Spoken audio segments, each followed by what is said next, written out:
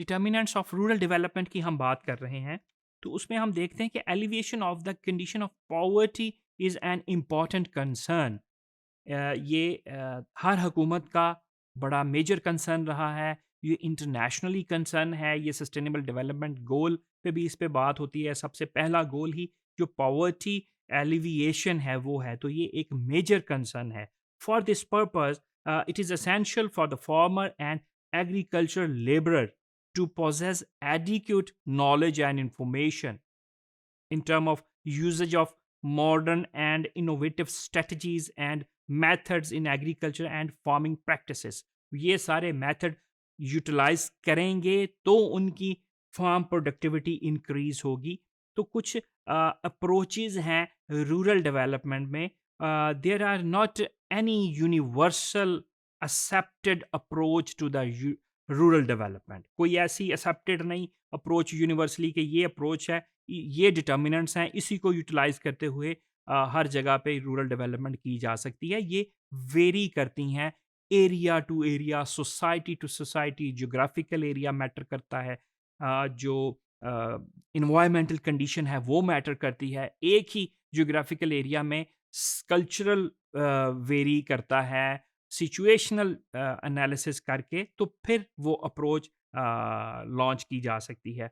It is a choice that influenced by time, space and culture.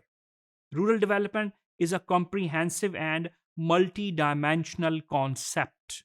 In rural areas, there are number of aspects which need to be improved. Her area में एक ही तरह के aspect नहीं हो सकते जिनको improve किया जा सके। जैसे हमने पहले भी जिक्र किया था, कुछ रूरल एरियाज मेट्रोपॉलिटन के इतना करीब हैं और कुछ रूरल एरियाज मेट्रोपॉलिटन के इतना दूर हैं कि वहाँ पे बेसिक जो फैसिलिटीज़ हैं वो भी लेने के लिए घंटों का सफ़र करना पड़ता है। और कुछ एरियाज़ मेट्रोपॉलिटन सिटीज़ के इतना करीब है, जो सोशल सर्विसेज और बेसिक फैसिलिटीज़ हैं, उनको हासिल करने के लिए उनको चंद मिनट की ड्राइव पे उनको सारी चीज़ें अवेलेबल हो जाती हैं।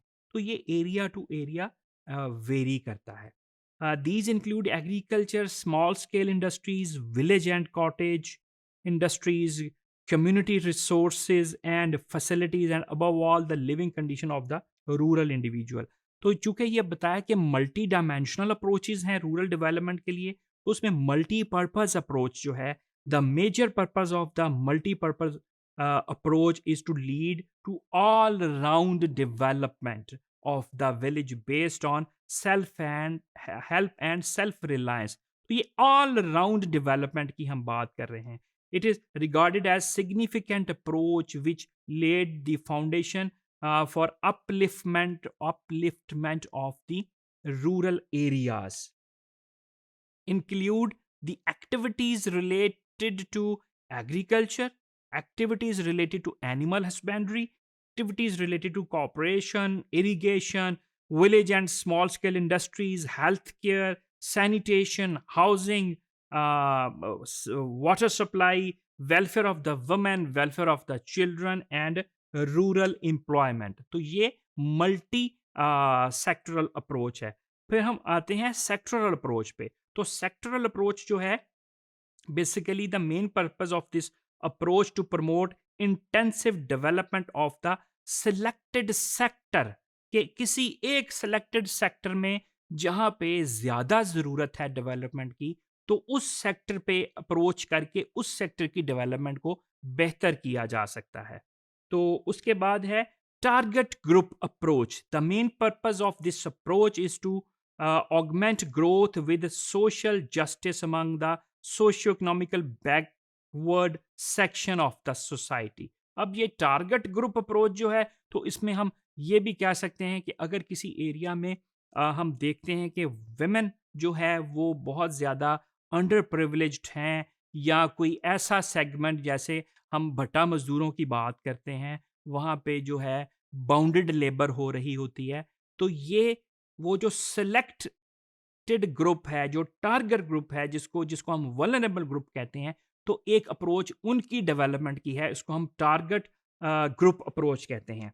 फिर आता है area development approach. The main purpose of this approach is to promote special planning and reduction of regional imbalance, जैसे बात की कि जो कुछ एरियाज़ बहुत दूर हैं मेट्रोपॉलिटन सिटी से, कुछ बहुत करीब हैं।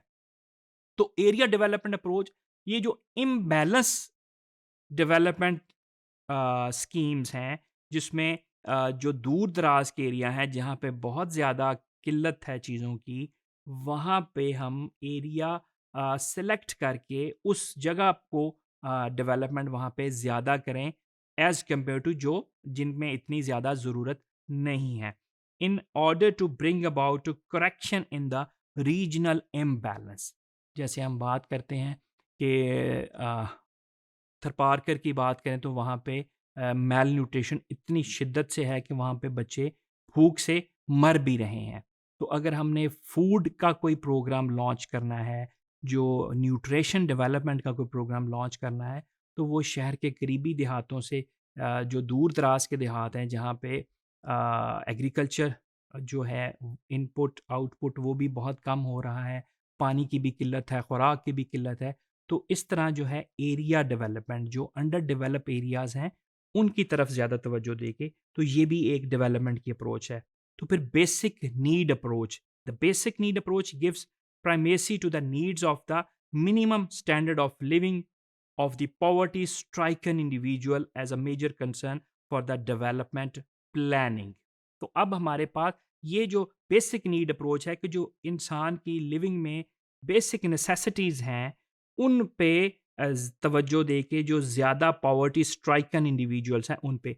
तो उसकी एक एग्जांपल हमने जो सोशल सेफ्टी नेट्स देखे तो उसमें ये भी देखा था कि गवर्नमेंट की इनिशिएटिव था, स्पेशली इस कोविड पेंडेमिक में गवर्नमेंट का इनिशिएटिव था कि जिन लोगों की एम्प्लॉयमेंट अपॉर्चुनिटीज़ नहीं रहीं जिनके पास, जो सेल्फ एम्प्लॉयड थे वो भी नहीं जिनके पास रहा, जो ज़्यादा वल्नरेबल ग्रुप है तो उसको गवर्नमेंट की तरफ से 12,000 पर हाउस होल्ड को दिया गया।